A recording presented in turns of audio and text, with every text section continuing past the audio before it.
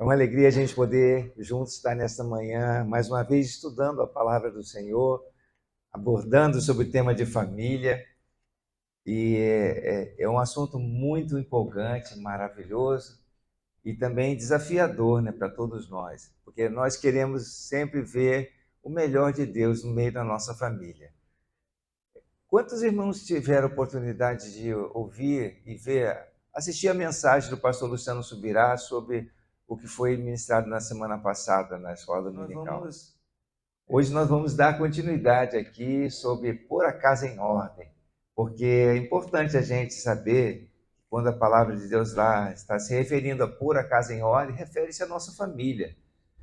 Às vezes a gente fica pensando, né? Está chegando a nossa hora de partir e ir ao encontro de Deus, já estamos numa certa idade e tudo. Se bem que a palavra de Deus fala que a nossa vida é como a flor do campo, né? Ela cresce, floresce, murcha e cai. E a gente não sabe a hora que isso vai acontecer. Então nós temos que estar preparados em todo tempo e por isso cuidar da nossa família todos os dias, para que Deus possa assim cumprir em nós os seus propósitos. E nós podemos também ver a bênção do Senhor em todas as áreas da nossa vida. Eu quero trazer aqui a lembrança, né, alguns pontos que o pastor Luciano Subirá compartilhou com a gente naquele vídeo maravilhoso que ele falou sobre Ezequias, lá no texto da 2 Reis, no capítulo 20, verso 1 e 5. Eu não vou aqui novamente falar, né, as mesmas coisas ou abordar os mesmos assuntos que o pastor Luciano Subirá trouxe para nós, porque está naquela mensagem dele. Inclusive, nós deixamos publicado lá na página da nossa igreja, no Facebook. Os irmãos, está no YouTube a mensagem que ele ministrou, foi muito abençoada. Quero assim recomendar aos irmãos que ainda não viram que assistam lá, para sua edificação. Então, segundo livro de Reis, no capítulo 20, nós vemos a experiência que Deus, lá no verso 1, diz assim: naquele tempo, Ezequias ficou doente e quase morreu. O profeta Isaías, filho de Amós, foi visitá-lo e lhe disse: assim diz o Senhor, ponha em ordem a sua casa, pois você vai morrer, não se recuperará. E essa mensagem de um profeta, né, quando você tem um diagnóstico médico, você ainda fica pensando assim, bom, a palavra final vem de Deus, né? Mas quando a palavra final veio do Senhor, aí fica complicado. Então, Ezequias se humilhou na presença de Deus, diz aqui a palavra que Ezequias virou o rosto para a parede e orou ao Senhor: lembra-te, Senhor, como tenho te servido com fidelidade, com devoção sincera, tenho feito o que tu aprovas. E Ezequias chorou amargamente. Quando Deus falou com ele: ponha em ordem a sua casa, porque você vai morrer. A gente viu na mensagem que o pastor Luciano compartilhou conosco que muitas coisas dentro do reino de Israel, Ezequias foi um exemplo. Não tinha que se falar do seu reinado. A sua vida de compromisso com Deus, o avivamento que ele trouxe à nação de Israel, tudo estava em ordem. Então, quando a gente observa esse termo, põe a sua casa em ordem, ele está se referindo à sua família. E nós vimos, né, no decorrer da exposição sobre a vida de Ezequias, que ele, nesse período que o Senhor deu para ele, aqui diz assim: antes de Isaías deixar o pátio intermediário, a palavra do Senhor veio a ele: volta e diga a Ezequias, líder do meu povo, assim diz o Senhor, Deus de Davi, seu predecessor, ouvi sua oração e vi as suas lágrimas, eu o curarei. Daqui a 3 dias você subirá ao templo do Senhor. Então Deus deu a ele, a palavra dentro do contexto vai dizer que Deus deu a ele ainda mais 15 anos, e nesses 15 anos ele teve filho, o filho Manassés, que quando Manassés estava com 12 anos, o seu pai morreu. E aí Manassés assumiu o reino de Israel, o reino de Judá. E Manassés foi o mais endemoniado que todos os reis de Judá já passou por ali. Diz lá em Crônicas, mas Ezequias tornou-se orgulhoso e não correspondeu à bondade com que foi tratado. Por isso, a ira do Senhor veio sobre ele, sobre Judá e sobre Jerusalém. Ezequias não cumpriu a sua parte, ou seja, ele não cuidou da sua casa, ele não preparou o seu filho para o reinado, ele não preparou o seu filho para a vida posterior. E com isso, Manassés foi aquele homem que trouxe coisas tão degradantes para a nação de Judá, piores até do que as nações que tinham sido tiradas ali do meio do povo de Israel. Então, nós observamos que Ezequias ele não cumpriu o seu papel. E o pastor Luciano descreveu de uma maneira assim maravilhosa toda essa trajetória, o desleixo que Ezequias fez ali nesse particular, no cuidado da sua casa. Aí vem aquela pergunta: como então cuidar da nossa casa? Como colocar a nossa casa em ordem? Nós muitas vezes temos abordado aqui o assunto, já desde pequeno, a gente instruir os nossos filhos, como as escrituras dizem, lá em Deuteronômio, no capítulo 11, quero ler aqui com os irmãos esse versículo, Deuteronômio 11, versos 18 a 19, diz aqui: gravem estas minhas palavras no coração e na mente, amarrem-nas como símbolos nas mãos e prendam-nas na testa. Ensinem-nas aos seus filhos, conversando a respeito delas, quando estiverem sentados em casa, quando estiverem andando pelo caminho, quando se deitarem e quando se levantarem. Então Deus, já lá no passado, deu essa instrução ao seu povo. Deus dá essa instrução para nós também, que nós devemos estar ali procurando aproveitar as oportunidades para incutir na mente dos nossos filhos os princípios e valores que vão abençoar a vida deles e que vão aí proporcionar um legado de valor, um legado que vai ser vitorioso na vida deles, que vai dar a eles vitória na sua caminhada, no seu dia a dia. E aí nós temos, às vezes, abordado a questão, né, de já ir cuidando dos nossos filhos desde pequeno. Mas nós temos diversas situações no meio da nossa sociedade. Tem aquela situação que você conheceu o Evangelho, você conheceu o poder de Deus, transformou a sua vida e agora seus filhos estão crescidos. Seus filhos não foram educados, não foram criados no caminho do Senhor. E aí o que nós vamos fazer? Como é que nós vamos ajudá-los? Como é que nós vamos agora aplicar em suas vidas os princípios e os valores que a palavra de Deus nos ensina? Essa é a nossa abordagem aqui nessa manhã. Nós vamos falar de algumas coisas, de como nós podemos colocar a nossa casa em ordem.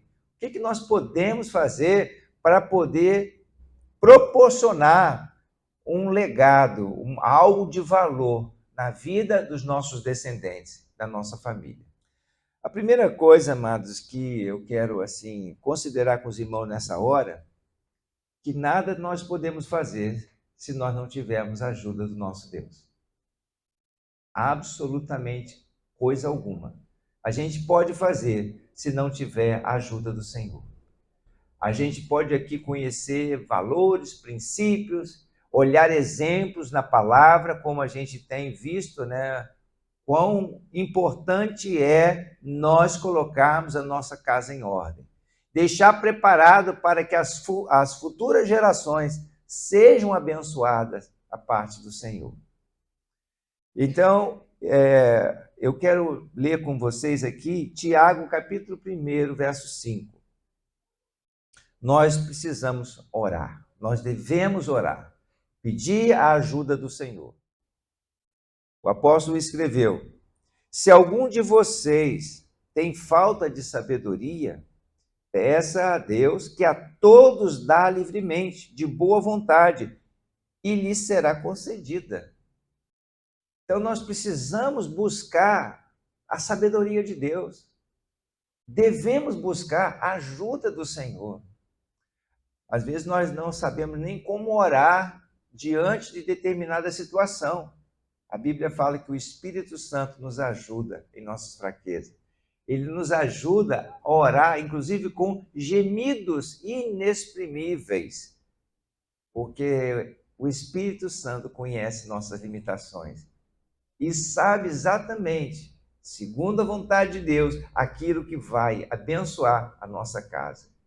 Então, amados, eu tenho procurado até encorajar muitas pessoas com quem eu tenho falado.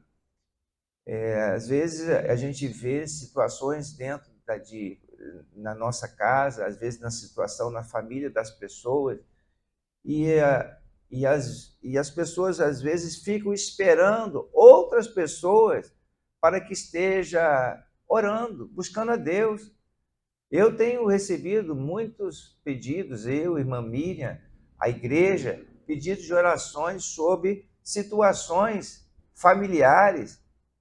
E aí vem aquela pergunta: será que essas vidas que estão pedindo oração estão colocando isso no altar do Senhor ou estão esperando pelos outros? Às vezes a gente vê uma situação na vida dos nossos filhos e ficamos assim imaginando, né? Ah, meu Deus, como é que eu vou fazer? Peça ajuda do Senhor. E nós, os pais, são os primeiros que devem ser os intercessores dos nossos filhos. Porque se nós não somos os intercessores dos nossos filhos, como vamos esperar que os outros intercedam pelos nossos filhos? Então, nós somos os primeiros que devemos colocar isso diante do Senhor. É que a mesma questão da educação. A educação, às vezes, nós terceirizamos, nós colocamos na mão da escola, nós colocamos na igreja, nós colocamos em outras pessoas, no tio, no avô, na sogra. E quando a responsabilidade da educação, o cuidado, a instrução, deve vir de quem? Dos pais, exatamente. Então, nós somos os primeiros intercessores dos nossos filhos e precisamos da ajuda do nosso Deus. Ele é o nosso ajudador e ele vai dar a você sabedoria e graça. Outra coisa, nós não podemos esperar dos nossos filhos, daquelas pessoas com que nós moramos, algo diferente daquilo que nós praticamos. O exemplo, amados, não é uma forma de nós ensinarmos a verdade, de orientar os nossos filhos. Não é uma forma, é a única forma. Como o exemplo da nossa vida fala mais alto. Vamos ver aqui o que diz as Escrituras. Lá em 1 Crônicas, no capítulo 28, no verso 9, o rei Davi disse algo para o seu filho, para Salomão. Diz assim o texto da palavra: e você, meu filho Salomão, reconheça o Deus de seu pai e sirva-o de todo o coração e espontaneamente, pois o Senhor sonda todos os corações e conhece a motivação dos pensamentos. Se você o buscar, o encontrará, mas se você o abandonar, ele o rejeitará para sempre. Davi diz: reconheça o Deus do seu pai. Reconheça o Deus do seu pai. Isso nos dá a entender que a vida de Davi inspirava, como inspira a nação de Israel até o dia de hoje. Olha quantos salmos maravilhosos Davi deixou escrito, quantas lutas e batalhas Davi passou e contou com a ajuda do Senhor. Lá no passado, quando ele ainda não era nem rei de Israel, ele era apenas um jovem e até um pouco desprezado e não reconhecido pelo seu próprio pai na sua família, pois quando o profeta foi na sua casa para visitá-lo, o profeta tinha a intenção exatamente de ungir um novo rei para Israel no lugar de Saul. Chegando lá, o pai de Davi chamou todos os seus irmãos para receber o profeta, mas não chamou Davi, que estava lá no campo cuidando do gado, cuidando das ovelhas. E o profeta Samuel falou assim: vem cá, são todos esses aqui os seus filhos? E aí chamaram Davi, estava lá no campo, e aí quando chegou aquele menino, aquele garoto, né? Ele devia ter uns 17 anos, eu não tenho aqui a referência exatamente quantos anos ele tinha, mas ele era um jovem. E quando ele chegou lá, Samuel disse assim: tá vendo? É esse aí, porque eu não vejo aparência, eu olho para o coração. E Davi era um homem segundo o coração de Deus. E Deus assim o separou. Ele, quando estava lá, tempos, dias depois, quando ele viu Golias assim, afrontando todo o exército de Israel, ele pegou, foi lá saber o que estava acontecendo, e ele foi o único varão que se prontificou a pelejar por aquele, a lutar contra Golias. No meio de aquele desafio, Golias falou assim: olha, eu posso enfrentar qualquer um de vocês. Se um de vocês me vencer, pronto, vocês venceram a guerra. Mas se nós vencermos, vocês vão ser submissos a gente. Então, diante daquelas afrontas todas, Davi se colocou à disposição. E o rei falou assim: mas como é que pode? Você ainda é muito jovem. Você como assim, é um garoto ainda, você vai querer lutar? Tentou colocar até armaduras nele, as armaduras estavam tudo largas. E ele falou assim: não, não se preocupe não, porque quando eu estou lá cuidando das ovelhas do meu pai, e vem o leão, eu rasgo aquele leão. Quando vem o urso, eu enfrento o urso, não pela minha força, mas pela força do Senhor. E da mesma forma como Deus foi comigo, eu sei que ele será comigo nessa batalha contra Golias. E não deu outra. Chegou lá na peleja, pegou aquela pedra com a funda, rodou, mandou ver, e foi certeiro o golpe, porque o Senhor estava com ele. Então, assim foi a vida de Davi. Depois do tempo, quando ele já estava inspirando ciúmes de Saul, porque Saul observava que Deus estava com ele, ele saía para as guerras, ele começou a trabalhar na casa de Saul e começou a participar do exército, e quando ele saía, as mulheres comentavam, né? Saul feriu seus milhares, mas Davi feriu seus 10 de milhares. E aí, pronto. Ele, em toda a sua vida, ele foi mostrando o como era importante estar com o coração rendido a Deus, servindo ao Senhor. E ele agora diz para o seu filho: filho, reconheça o Deus do seu pai. Davi dá por exemplo. Nós não podemos esperar dos nossos filhos, dos nossos cônjuges, mudança e transformação se nós não vivemos e não apresentamos quem realmente Deus é. E nós precisamos dar o exemplo. Então, a primeira coisa é orar, pedir ajuda do Senhor. Segunda coisa é nós vivemos a nossa vida. Observe que ainda também Paulo falou para o seu filho na fé, para Timóteo. Timóteo era um jovem, mas já um jovem obreiro, servo de Deus, comprometido com o ministério. Ele auxiliava o apóstolo Paulo. E lá na carta que Paulo escreveu a Timóteo, 1 Timóteo, capítulo 4, verso 12. Ninguém o despreze pelo fato de você ser jovem, mas seja um exemplo para os fiéis na palavra, no procedimento, no amor, na fé e na pureza. Timóteo era um jovem obreiro, um jovem pastor. E as pessoas costumam, de um modo geral, não dar muito valor àquelas pessoas, por exemplo, um pastor ou até um conselheiro, alguém que seja mais jovem. Quando você vai num médico, por exemplo, você muitas vezes discrimina ou faz tem uma atitude de desconfiança quando o médico é mais jovem.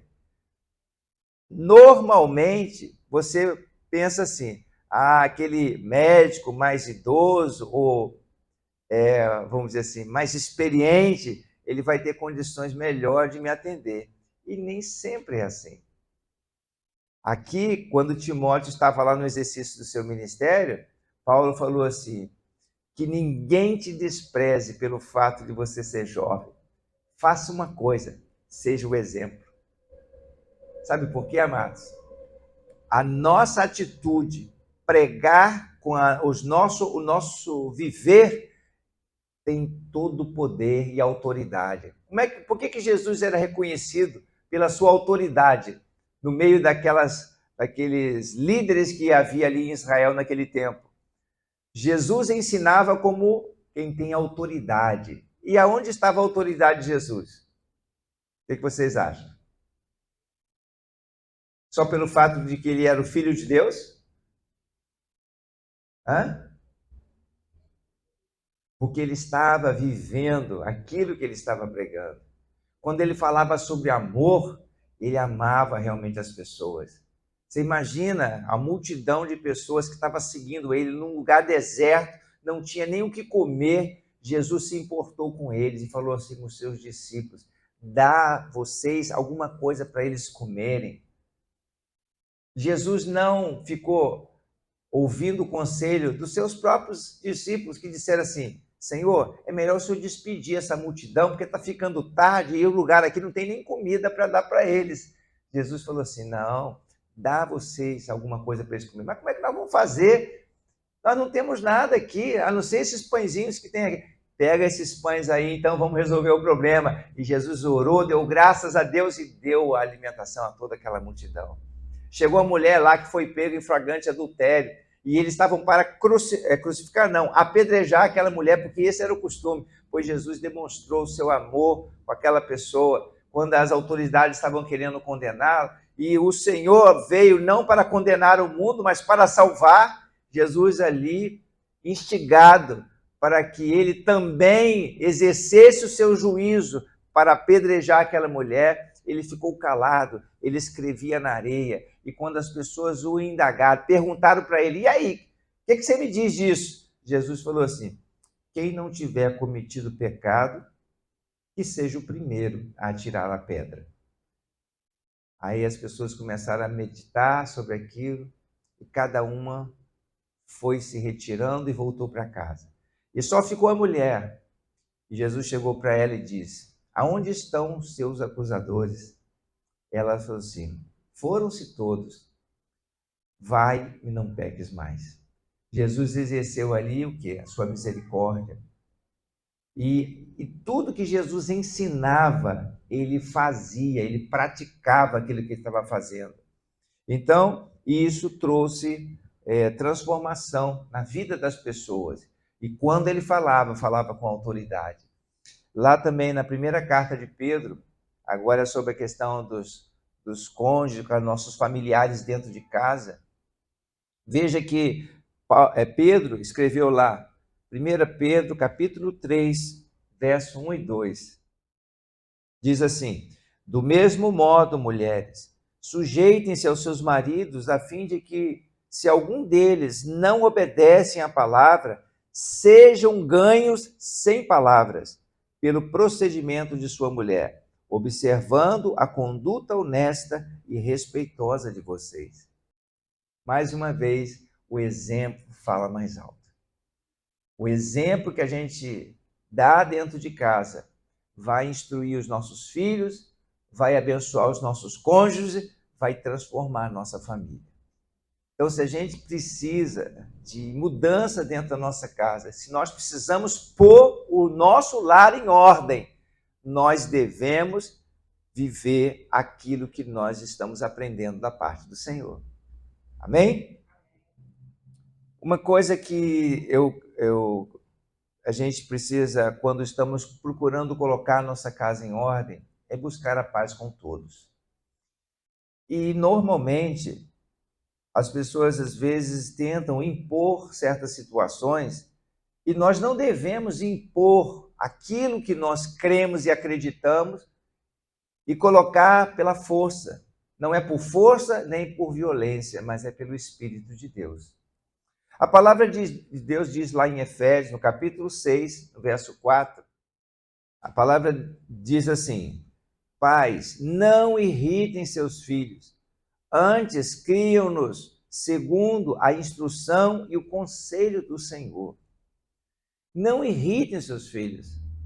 Às vezes a gente querendo que eles vivam os valores que nós acreditamos, que eles tenham esses mesmos valores, nós queremos pela força, colocar lá de qualquer jeito.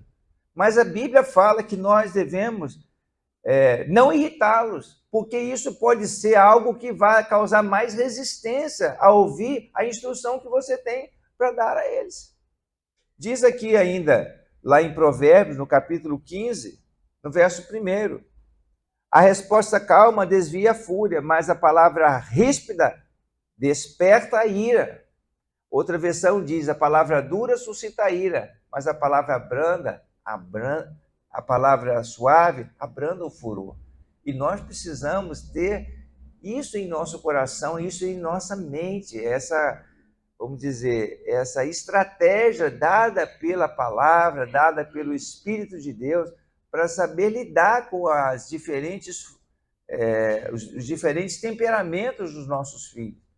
Alguns têm aquela posição de peitar você. E aí você vai, dentro da autoridade como pai, como mãe, e quem está instruindo, colocar limites. Porque a gente está chegando num tempo, a gente vai daqui a pouco abordar um pouquinho sobre a questão de lidar com os rebeldes, mas a gente está chegando num tempo em que está se cumprindo a palavra, das dificuldades em as pessoas, pais se voltam contra filhos e filhos contra os seus pais, e há muita contenda e confusão dentro dessa área. Mas a gente precisa, se a gente estiver buscando a ajuda do Senhor, vivendo aquilo que nós estamos aprendendo com o Senhor dentro de casa, ensinando-os pelo exemplo, nós também temos que buscar algo que agora eu venho assim encorajar vocês, é o diálogo, conversar, mas procurar conversar em paz. Se houver um clima desagradável para começar a conversar, nem comece a conversa. Não dá, quando um não quer, dois não brigam, né? Então, se os dois estiverem irritados e vão querer discutir um assunto que há controvérsia, então nem comece, porque senão não vai ser uma boa, porque vai causar bloqueio a entender a instrução que você quer passar. Então, busque um outro momento. Não vamos conversar agora, vamos conversar depois, quando as coisas estiverem mais calmas. E aí você vai ter a oportunidade de desenvolver o diálogo e resolver o assunto. Não é assim pela força. Procurar seguir os filhos nas redes sociais. Isso aí é uma outra coisa que a gente precisa fazer. Seguir nas redes sociais, procurar, quando eu falo assim, seguir nas redes sociais, porque isso é uma situação do tempo da modernidade, do tempo de agora. Muitas pessoas vivem mais, às vezes, no âmbito no meio da internet, do que às vezes até no diálogo pessoal. E hoje um meio de comunicação extremamente difundido está aí as redes sociais. Então, para nós conhecermos os nossos filhos, para conhecermos aquelas pessoas com quem somos a nossa família, os nossos familiares, nós precisamos compreender e entendê-los também através da rede social. Aí você pode dizer assim, não, mas eu sou do tempo da antiga, eu não sei mexer com essas coisas todas, nem nada. Procura, pelo menos, entender como é que a coisa funciona, para poder você estar ali acompanhando aquela situação. Diz aqui a palavra que, por falta de conhecimento, meu povo perece.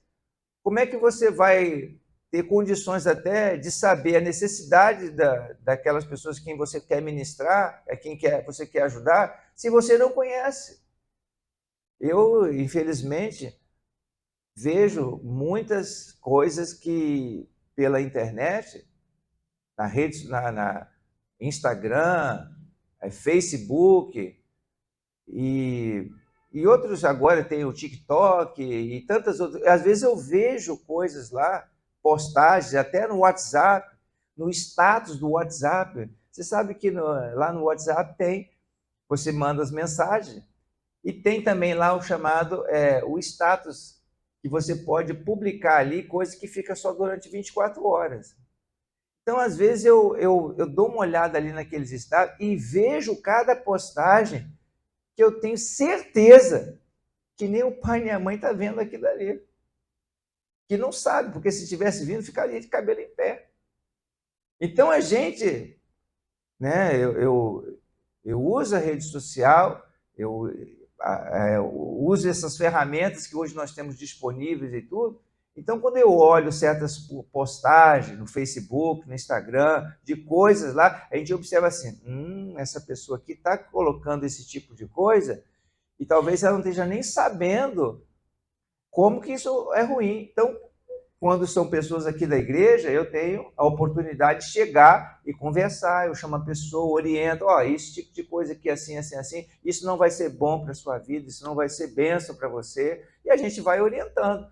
Agora, não é papel da igreja somente fazer esse tipo de coisa. Os pais devem acompanhar, e por isso é importante conhecer.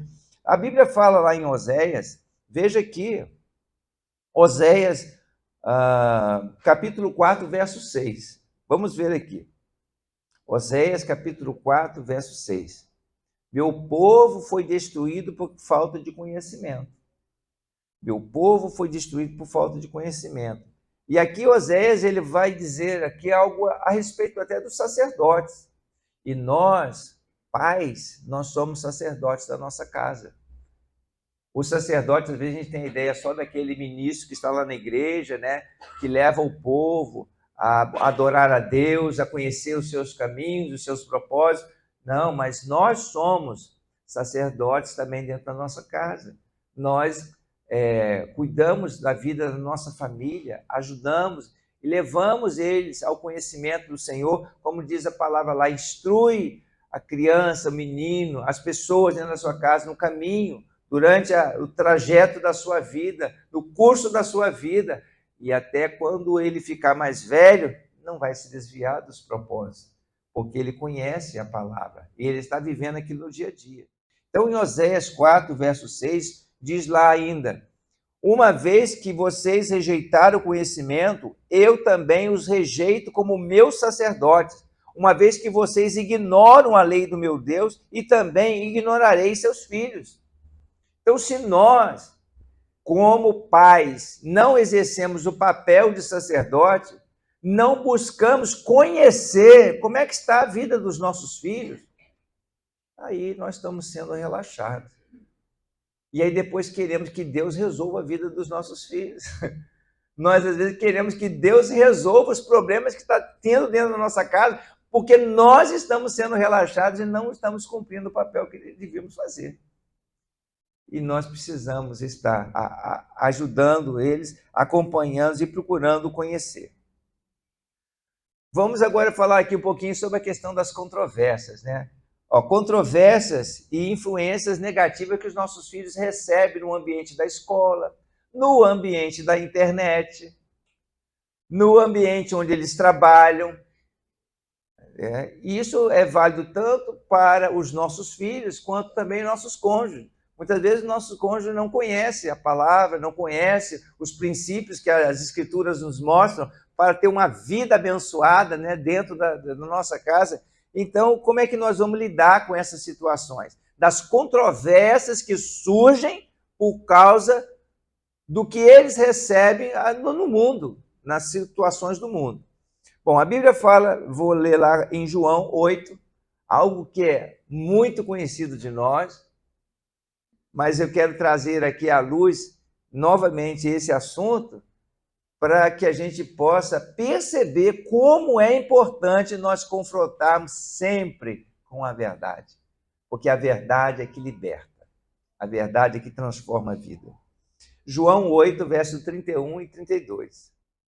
Disse Jesus aos judeus que haviam crido nele, se vocês permanecerem firmes na minha palavra, verdadeiramente serão meus discípulos e conhecerão a verdade, e a verdade os libertará.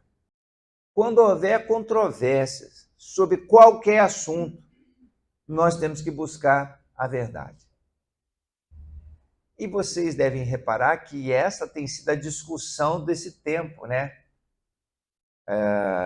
No âmbito da sociedade, no âmbito da política, está sendo muito falado sobre a fake news, ou seja, as falsas notícias. O que é falso, o que é verdadeiro? Fala-se até de agências de checagem para ver o que é verdadeiro, o que é falso. E aí precisamos saber a diferença do que é opinião e do que é fato. Né? Nós já falamos uma vez sobre isso daqui.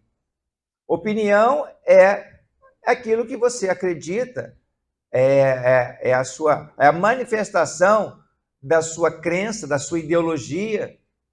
Agora, fato é algo que aconteceu, é algo que está acontecendo, é algo que os números apresentam e não mente. 2 mais 2 é igual a 4. E pronto, isso é uma verdade. Convencionada, mas é uma verdade. Então, o que acontece?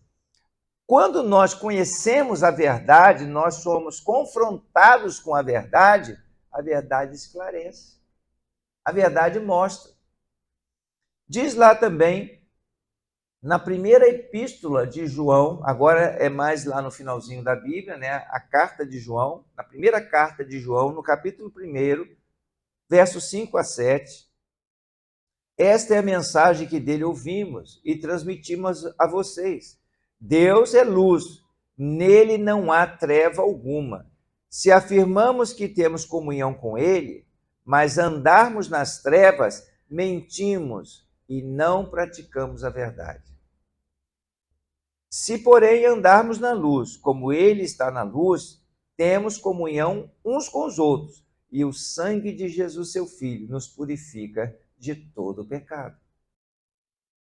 Trazer para a luz é trazer às claras, é falar de maneira aberta, é ser sincero e trazer aquilo para a exposição. Quando você observa que algo está sendo escondido, que a pessoa não está sendo verdadeira ou não está colocando todos os fatos, está omitindo algumas coisas, alguma coisa boa está aí por detrás e que não quer ser trazido à luz. Então, diz aqui as Escrituras, mas andamos nas trevas, mentimos e não praticamos a verdade, quando estamos escondendo alguma coisa. E isso é algo que nós vamos perceber quando nós temos um ambiente de diálogo para conversar. Então, primeiro, procurar o esclarecimento da verdade. Isso diz respeito às controvérsias que surgem sobre as questões religiosas que nós conversamos. Eu vou contar aqui uma rápida experiência que aconteceu na minha vida, quando eu ainda não... Minha família, meus pais, na época que eu ainda era solteiro, meus pais não conheciam o Evangelho e fazia grande pressão para que eu não caminhasse nesse caminho. Eles eram muito resistentes, não queriam que eu entregasse a minha vida assim completo para servir a Deus. Então havia muita oposição dentro de casa. E tudo que eu procurava fazer, havia assim, tinha um contraponto. Sempre era ruim, alguma coisa não estava bem.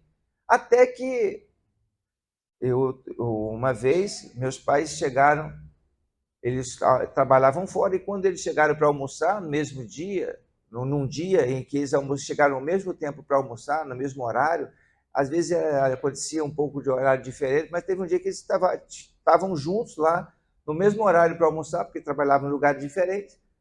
E aí foi uma coisa dentro de casa, que eles me pegaram, eu estudando a palavra, estudando a Bíblia lá no quarto, e aí cheguei lá, eles para almoçar, e aí começaram a reclamar. Mas agora você só quer saber de ler a Bíblia, não faz mais nada, e não sei o quê, e tal. E começou a criticar e falar e tal.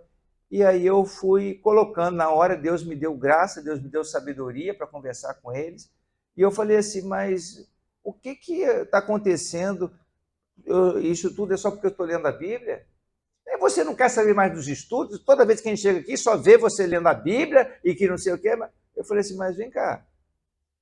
A minha nota mais baixa lá na escola foi 9,5 esse semestre. E pelo contrário, todas as vezes que eu estou lendo a Bíblia, a palavra, isso está abençoando a minha mente, está regando o meu entendimento, está me deixando mais inteligente, mais esperto. E o senhor já viu meus boletins? Falei com meu pai, o senhor já viu meus boletins? Olha só. Aí fui lá pegar, minha nota mais baixa foi 9,5. Ah, mas vocês também não têm hora para chegar, vocês saem tarde, voltam tarde, não sei o que e tal. Eu falei assim com ele, olha pai, nós às vezes quando nós nos atrasamos aí um pouco, porque às vezes o culto na igreja lá acaba um pouco mais tarde, o mais tardar que a gente chega aqui em casa é 10h30, 11 horas. Mas o meu irmão, eu tenho um irmão, e o meu irmão, ele não tinha hora para chegar. Aliás, ele tinha hora para sair, mas ele não tinha hora para chegar. Ele às vezes chegava 3h30 da manhã, 4 horas da manhã, porque ele saía para as festividades dele, para os lugares onde eu nem sabia por onde ele andava. E aí eu cheguei e falei assim, mas e o meu irmão? O senhor sabe por onde ele anda? O senhor sabe onde é que eu estou? Da onde eu estou vindo? E às vezes eu vinha com a minha irmã também e falei assim, nós estamos ali, nós estávamos na igreja, nós estávamos buscando a Deus. Agora, o meu irmão, o senhor nem sabe por onde ele anda. Às vezes ele vai para a festinha, sai com um amigo para um programa, vai fazer outra coisa, e aí, como é que fica? E aí eles foram, né? Ah, você não cuida das coisas da casa? Eu falei assim, mas tem alguma coisa desarrumada aqui em casa? Veja, irmãos, como é importante a gente viver aquilo que a gente aprende na palavra. Quando a gente está vivendo e realizando aquilo que a palavra nos ensina, nos mostra, contra fatos não há argumentos. E aí ele foi, né, ficando mais tranquilo e tudo, e aí não teve mais argumentos, né, contra essa situação. Então eu fui trazendo à luz as coisas que estavam acontecendo. Agora, quando a gente tem alguma coisa para esconder, aí fica complicado. E, às vezes, a parte que mais se opõe, ela sempre tem alguma coisa para esconder. Então, se há, às vezes, controvérsias dentro de casa, primeiro, não vamos brigar. Buscar a paz com todos e a santificação. Isso é que Deus espera de nós. Nós não vamos entrar em contenda. Se não há um clima para poder conversar sobre a verdade, apresentar fatos, então não vamos conversar agora. Deixa para um outro tempo. Agora, se há condições, né, se há uma porta aberta, isso aqui é uma outra coisa que a gente tem que procurar fazer, é manter portas abertas. Portas abertas para dialogar. Porque a palavra dura suscita ira, mas a branda afasta o furor. E se a gente tiver sempre a oportunidade de ter a condição de dialogar com nossos filhos, dialogar com os nossos cônjuges, vai sempre ser muito melhor do que você tentar impor uma situação, você conhece. Não, isso aqui é o que eu aprendi, isso aqui que é o certo. Mas às vezes a gente apanha. Apanha para poder aprender. Eu gostei muito de uma comparação que uma vez um pregador, eu ouvi ele falar, né? Que o burro apanha e nunca aprende. Leva cabeçada, mas não aprende. Já a pessoa inteligente, ela apanha e aprende. E o sábio aprende com a cabeçada dos outros. Então é melhor a gente ser sábio, né? A gente está vendo o que está acontecendo, não precisa levar cabeçada. Mas tem gente que só aprende levando cabeçada, só aprende apanhando. Então a gente não pode interferir nos processos de Deus. Deixa Deus tratar, porque aí a coisa vai chegar à luz e as coisas vão ser compreendidas no seu devido tempo. Bom, já que nós estamos falando sobre essa questão de controvérsia, muitas vezes nós encontramos situações, nós precisamos lidar com situações não só de confronto, de rebeldia, por parte das pessoas com quem nós convivemos dentro da nossa casa, mas também como lidar com a ingratidão. E isso acontece muito à medida que os filhos vão crescendo e já não são aquelas crianças, né? Se bem que até hoje alguns pais, né, tratam seus filhos como crianças, como meus filhos, né, minhas crianças, né? Minhas crianças já têm mais de 20 anos, então, mas continua sendo criança. E aí a gente vai lidando com essa situação e a gente espera que os nossos filhos continuem com aquele carinho, né, com aquele amor, com aquele cuidado que tinha lá no passado, ainda quando criança. Mas à medida que eles vão crescendo, eles vão se esquecendo de certas coisas e alguns se tornam até ingratos.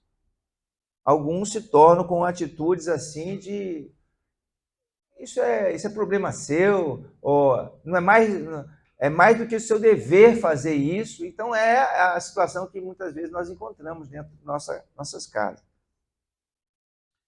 E nós não podemos esquecer o que Paulo disse a Timóteo lá também, na segunda carta, ele falou assim, que nós estamos vivendo, os homens serão, em 2 Timóteo, capítulo 3, versos 2 e 3, os homens serão egoístas, avarentos, presunçosos, arrogantes, blasfemos, desobedientes aos pais, ingratos, ímpios, sem amor pela família, irreconciliáveis, caluniadores, sem domínio próprio, cruéis, inimigos do bem. Esse é um quadro descrito aqui, que é uma característica muito dos tempos do fim. Se bem que nós vemos isso em toda a história. Nós temos momentos em que a gente vê isso. Só que com o multiplicar da iniquidade, o amor vai se esfriando. E as pessoas vão se tornando mais ingratas, mais egoístas, mais amantes de si mesmo.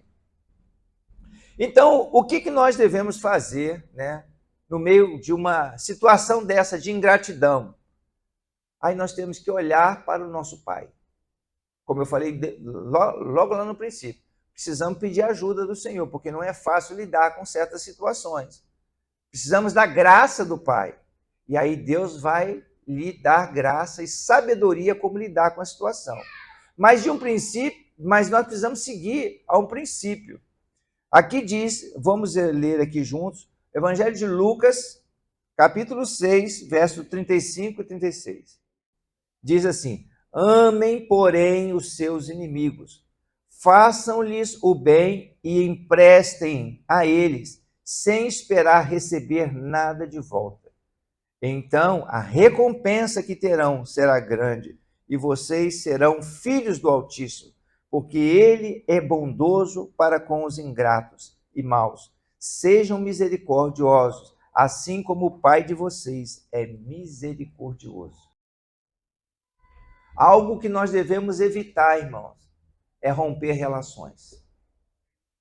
Algo que nós devemos evitar, ou botar para fora. Algo que nós devemos evitar é ir para o confronto. Porque numa situação de ingratidão, muitas vezes, nós somos tentados a pagar com a mesma moeda.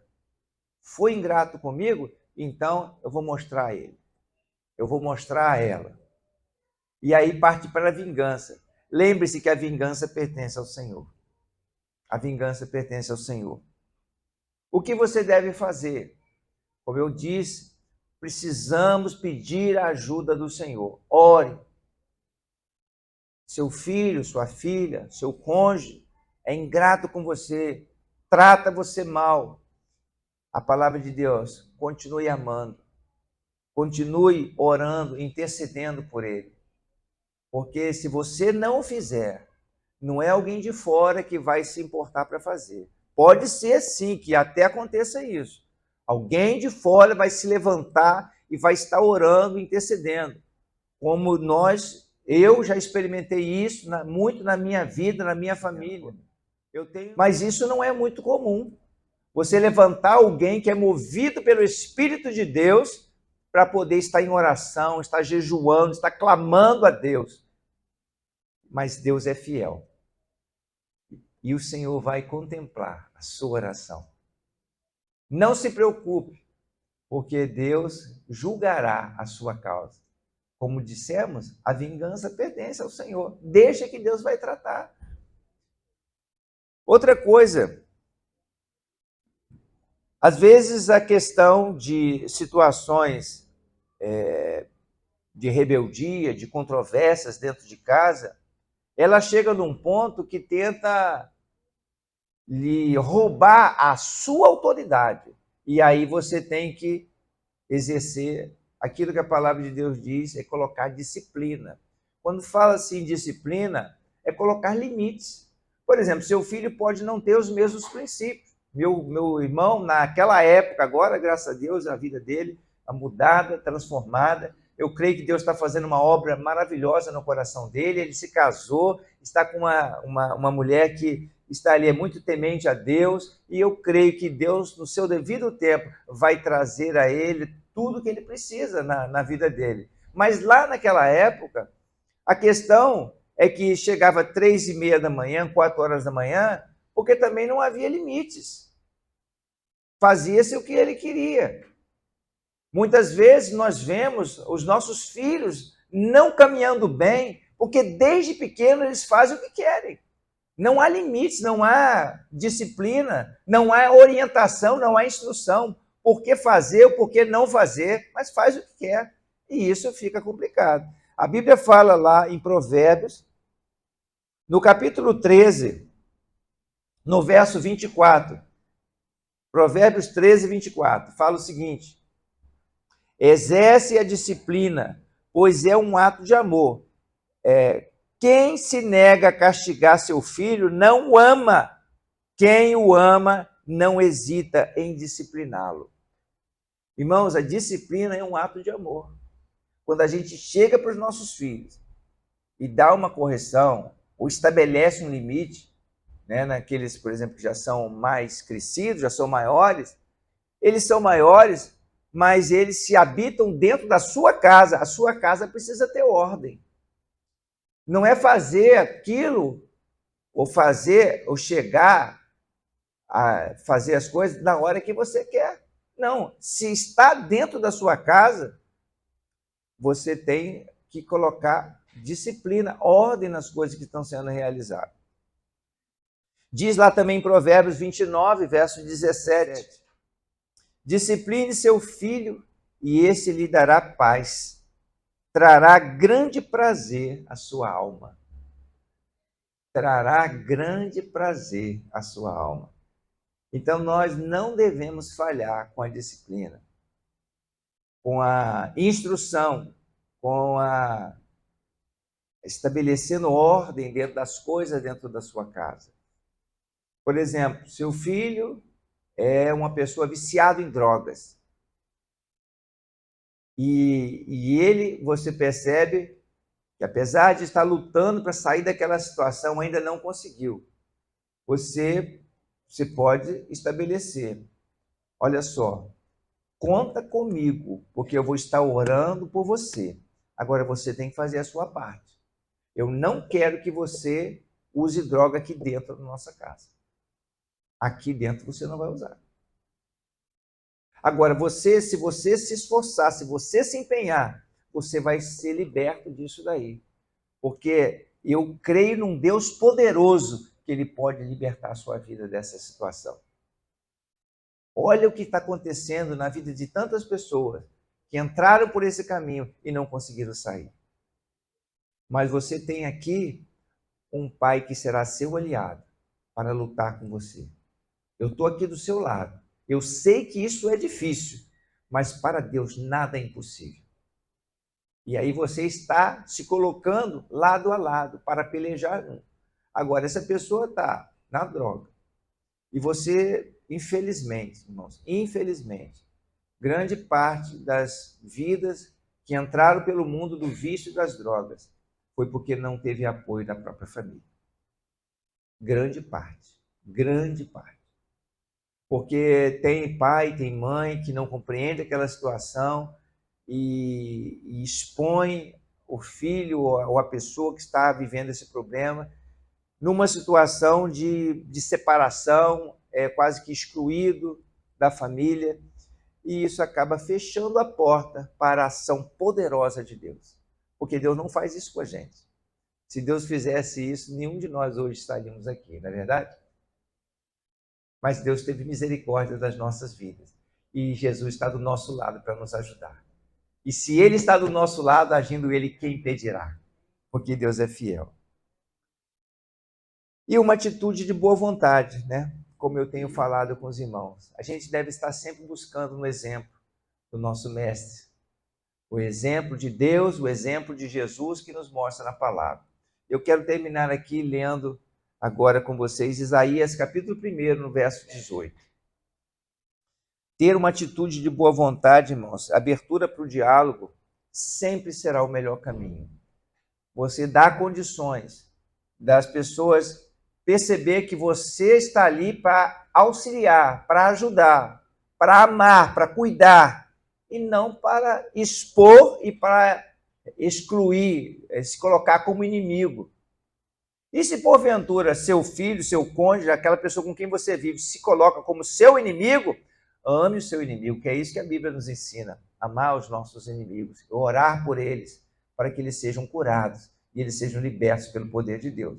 Então aqui em Isaías, no capítulo 1, verso 18, o Senhor está tratando com a rebeldia do povo de Israel com o seu povo, e aqui o Senhor diz o seguinte: venham, vamos refletir juntos, diz o Senhor. Embora os seus pecados sejam vermelhos como escarlate, eles se tornarão brancos como a neve. Embora sejam rubros como a púrpura, como lã se tornarão. O Senhor convida ao seu povo. Vinde, vamos aqui argumentar juntos. Ainda que os seus pecados, ainda que os seus erros sejam tão terríveis, eles se tornarão brancos, porque o Senhor será aquele que te perdoa e o Senhor será aquele que vai te transformar, que vai te abençoar. O Senhor, quando perdoa, irmãos, ele se esquece, ele joga aquilo tudo lá atrás. Nós precisamos, assim, aprender com o Senhor, receber da parte de Deus essa graça, vamos dizer, essa experiência do exercício da misericórdia e sempre procurar criar um ambiente de portas abertas para dialogar, para poder conversar. Porque quando nós fechamos as portas, aí fica muito mais difícil qualquer relação de controvérsia, qualquer relação de rebeldia. A rebeldia muitas vezes está relacionada, muitas vezes pela culpa dos pais em estar irritando seus filhos. E como é que nós irritamos? Eu não já te falei? Eu já disse isso? Eu não falei para você fazer dessa forma? E aí fica sempre batendo em cima de uma mesma tecla, o tempo todo, em momentos até inoportunos. Aquilo não era hora de falar aquilo. Se às vezes chega no momento que a pessoa está com a cabeça quente, aí você chega lá e esquenta mais ainda. Aí você vai colocar no momento que você não esperou o tempo adequado para isso acontecer. Então eu quero deixar aqui essa reflexão para os irmãos, para que Deus possa nos ajudar a colocar a nossa casa em ordem.